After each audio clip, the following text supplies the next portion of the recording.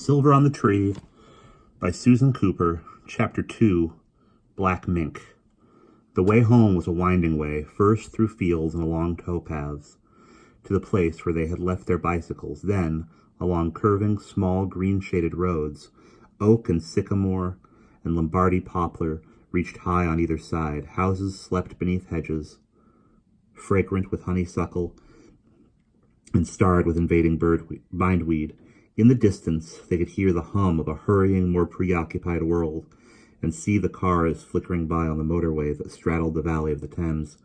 It was late afternoon now. The horizons were lost in haze, and clouds and gnats danced in the warm air. They were cycling along Huntercombe Lane, half a mile from home, past Will's favorite flint-walled, brick-trimmed cottages, when James braked suddenly. "What's up?" "Back tire. I thought it would last, but it keeps getting softer. I can pump it up enough to get home." Will and Stephen waited while he unhitched his pump. Faint voices drifted toward them further up the road. The road crossed a small bridge up there, over a stream that meandered through the farm fields on its way to join the Thames. Generally, the stream moved so sluggishly that it hardly deserved the name, though on just one wild day of his life, Will had seen it in spate. He scooted his bicycle idly up toward it. No sound of running water today. The steam glimmered shallow and still, scummed with green weed like a pond. Voices came nearer. Will leaned over the side of the little bridge. Below, on the bank, a small boy came running, panting, with a shiny leather music case that looked half as big as himself banging against his legs. 3 others were in pursuit of him, yelling and laughing. Will was about to turn away, thinking it a game, when the first boy, finding his way blocked by the side of the bridge, twisted, skidded, and then turned at bay, in a movement that somehow spoke not play but desperation. He was dark-skinned, neatly dressed. The boys following were white and scruffier. Will could hear them now. One was yelping like a hound. "Packy, Packy, Packy! Here, boy, here, Packy!" They slid to a halt in front of the small, tense figure. Will recognized 2 of them as boys who went to his own school, a tough, troublesome pair, much given to gang rumpus on the playground. One of them smiled a thin, nasty smile at the boy they had been chasing. "Why don't you say hello, Packy boy? What are you scared of, eh? Where you been?" The boy jerked to one side and lunged, trying to slip past and away, but one of the others stepped swiftly sideways and blocked him. The music case fell to the ground as the small boy leaned to pick it up. A large dirty foot came down on its handle. "Been to piano lesson, has he? Didn't know Packy's played the piano, did you, Frankie? Only those funny little plinky-plink instruments." "Wee!" He capered about, making a sound like a bad violinist. The others gurgled with unpleasant laughter, one of them picking up the music case and whacking it for applause. Please give me back my case," said the small boy, in a precise, unhappy little voice. The bigger boy held it high over the water and stream. "Come and get it, Packy! Come and get it!" Will shouted indignantly. "Give it back!" Their heads turned sharply. Then the bully's face relaxed into a sneer. He recognized Will. "Mind your own mucking business, Stanton!" The other boys hooted derisively. "You brainless oiks!" Will yelled. "Always picking on little kids. Give it back to him or—" "Oh, what?" said the boy, and he looked at the smaller boy and smiled. He opened his hand and let the music case fall into the stream. His friends guffawed and cheered. The small boy burst into tears. Will, spluttering, thrust his bicycle aside, but before he could move farther, a whirl of limbs shot past him, and Stephen's tall, rangy form was bounding down the slope. The boys scattered. Too late. In only a few paces, Stephen had grabbed the ringleader. Holding him by the shoulders, he said softly, "Get that case out of the water." Will watched, motionless, caught by the controlled fury in the quiet voice. But the other boy was riding too high in his own confidence. He twisted in Stephen's grasp, snarling at him, "You crazy? Get myself all wet for some bleeding nignog? That little cat food eater, you think I'm—" The last word had no chance. With a quick shift in grip, Stephen suddenly heaved the boy off his feet and into the air, and dropped him into the scummy green water of the stream. The splash left a silence, A bird chirped gaily overhead. The two boys on the bank stood motionless, staring at their leader as he slowly hoisted himself up, dripping weed and muddy water, to stand knee-deep in the nearly stagnant stream. He looked at Stephen, his face empty of expression, then bent, picked up the flat leather music case and held it out, dripping at arm's length. Stephen handed it to the little boy, and he took it, dark eyes saucer-wide, then turned and fled without a word. Stephen swung round and climbed back up the road. As he stepped, long-legged over the wire fence, the boy standing in the water came suddenly to life, as if released from a spell. He splashed to the bank, muttering. They heard a few scattered obscenities and a furious shout. "You think you're so great just because you're beating me!" "The pot is speaking to the kettle," said Stephen peacefully, swinging his leg over his bicycle. The boy yelled, "If my dad ever catches you, you just wait!" Stephen paused, propelled himself on the edge of the bridge, and leaned over. "Stephen Stanton, at the old vicarage," he said. "You tell your dad he can come and discuss you with me any time he likes." There was no answer. James came up at Will's side as they rode away. He was beaming. "Lovely," he said. "Beautiful." "Yes," said Will, pedaling, "but—" "What?" "Oh, nothing." "That must have been little Manny Singh," Mrs. Stanton said, digging a large knife into the treacle tart. "They live at the other end of the village, in one of the houses on that new estate." "I know them," Mary said. "Mr. Singh wears a turban." "That's right. They aren't Pakistani, as it happens. They're Indian. Sikhs. Not that that's relevant. What horrible boys those three are." "They're horrible to everybody, that lot," James said, hopefully watching the size of the piece of tart about to be cut for him. "No relation to race, color, or creed. They'll bash anyone so long as he's smaller than them." "They seemed a little more selective today," Stephen said quietly. "I'm not sure you should have dropped him in the water, though," his mother said placidly. "Pass the custard round, Will."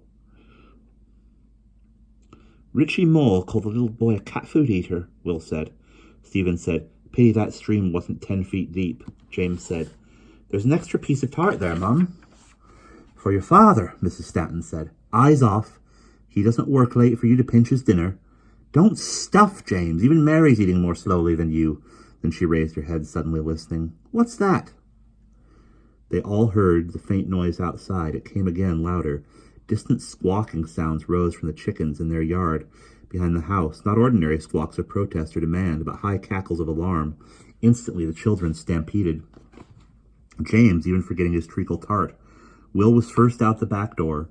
Then, instantly, abruptly, he stopped, so that Stephen and James blundered round him and almost fell. They ran on, but Will could feel the sense of malevolence, of imminent, undulated ill-wishing, so strong all around him that he could scarcely move. He stood shaking, thrusting against the sensation. As against a high wind, he stumbled on after the others. His mind felt thick and slow. He thought, "I have felt this before." But there was no time to remember. He heard shouting from the yard and scuffling feet, through the cackling of the frightened birds. In the half-light of the hazy evening, he saw Stephen and James dodging to and fro as if chasing something closer. He thought he saw a small, twisting, dark body, lithe and swift, darting between them. Stephen grabbed for a stick, whacked at the shape, missed. The stick hit the ground, splintering. A garden fork stood against the fence of the hen run. Will seized it, moving closer. The animal ran past his feet. It made no sound. "Get it, Will! Hit it!" Feet flurried, birds squawked. The yard was full of colliding bodies, gray shapes in the dim light. For an instant, Will saw the full moon, an enormous yellow arc beginning to rise over the trees. Then James was bumping into him again. "Over here! Catch him!" Will had one quick glimpse. "It's another mink! Of course! Over here!" Twisting in its urgent search for flight, the mink was suddenly between Will and the fence, cornered. White teeth flashed. It stood taut, staring, and screamed suddenly, a high, angry screech that pierced Will's mind and brought flooding into it the overwhelming awareness of evil he had felt when stepping outside the door. He flinched. "Now, Will! Now! Hard!" They were both yelling at him. Will swung the garden fork high. The mink stared at him and screamed again. Will looked at it. The dark is rising. Killing one of its creatures will not stop the dark from rising. He let the fork drop. James groaned loudly. Stephen leapt to Will's side. The mink, teeth bared, ran straight at Stephen as if to attack him. Will gasped in horror, but at the last minute the creature veered aside and darted between Stephen's legs. Even then it did not run at once for freedom. It dived at a frightened huddle of chickens, seized one by the neck, and bit hard at the back of its head, so that the bird went instantly limp. The mink let it drop and fled into the night. James was stamping in angry frustration. "The dogs! Where are the dogs?" A beam of light wavered outside the kitchen door. "Barbara took them to eat and to be clipped," his mother's voice said. "She's late because of picking up your father." "Oh, damn!" "I agree," said his mother mildly, "but there it is." She came forward with a light. "Let's look at the damage." The damage was considerable. When the boys had sorted the noisy, hysterical pullets from their dead companions, they had 6 fat corpses lying in a row. Each bird had been killed by a vicious bite at the back of its head. Mary said, bewildered, "Why so many?" "But so many? Why so many? It didn't even try to take a single one away." Mrs. Stanton shook her head in bafflement. "A fox will kill one bird and run off with it quickly. Which makes more sense, I must say. You say this thing was a mink?" "I'm sure," James said. "There was a piece in the paper. Besides, we saw one this afternoon by the river." Stephen said dryly, "Looks as though it just enjoyed killing our chickens." Will was standing a little way off, leaning against the wall of the barn. "Killing for the love of it," he said. James snapped his fingers. "That's what the paper said. Why, they were pests. It said the mink was the only animal besides the polecat that killed for the sake of killing, not just when it was hungry." Mrs. Stanton picked up a pair of dangling dead chickens. "Well," she said with brisk resignation, "bring them in, Will. Bring them in. We'll just have to make the best of it and hope the wretched animal didn't choose the best layers. And just let him try and come back. Steve, will you tuck up the rest of them?" "Sure," Stephen said. "I'll help," said James. "Wow, you were lucky, Steve. I thought it was going to bite you. Wonder what stopped it." "I taste bad." Stephen looked up at the sky. "Look at that moon. We hardly need a torch at all. Come on, wood, nails, hammers. We'll make the hen run eternally mink-proof." Will said, "It won't come back."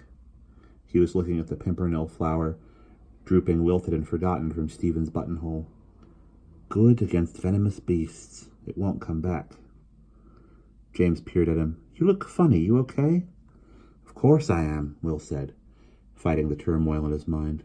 "Of course I am. Of course." His head was whirling. It was like giddiness, except that it seemed also to be destroying his sense of time, of what was now and what was before or after. Had the mink gone, or were they still chasing it? Had it yet come at all?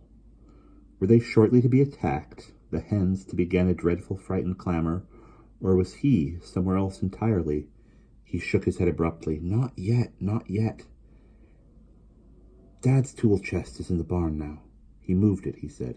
"Come on, then." Stephen led the way into the wooden outbuilding that was known more romantically than it deserved as the barn. Their house had once been a vicarage, never a farm, but the chickens and rabbits and their farm-bred mother that their farm-bred mother kept were enough to change its mood. And James stopped. James snapped on the electric light, and they paused, blinking, then collected hammer, pliers, stout nails, some chicken wire, and several pieces of leftover half-inch board. "Just right," Stephen said. "Dad made a new rabbit hutch last week. Those are the bits." "Right, leave the light on. It'll shine out." A shaft of light from the dusty window beamed out into the yard. They began cutting chicken wire and fitting together boards on the far side of the hen run, where the mink had wriggled its way in. "Will, if there's another piece of board in there about a foot longer than... Will, see if there's another piece of board in there about a foot longer than this one." "Right-o." Will crossed the moonlit yard toward the stream of yellow light, reaching out from the barn. Behind him, the sound of Stephen's hammer rang rhythmically over the still, restless murmur of the hens, and Will paused there.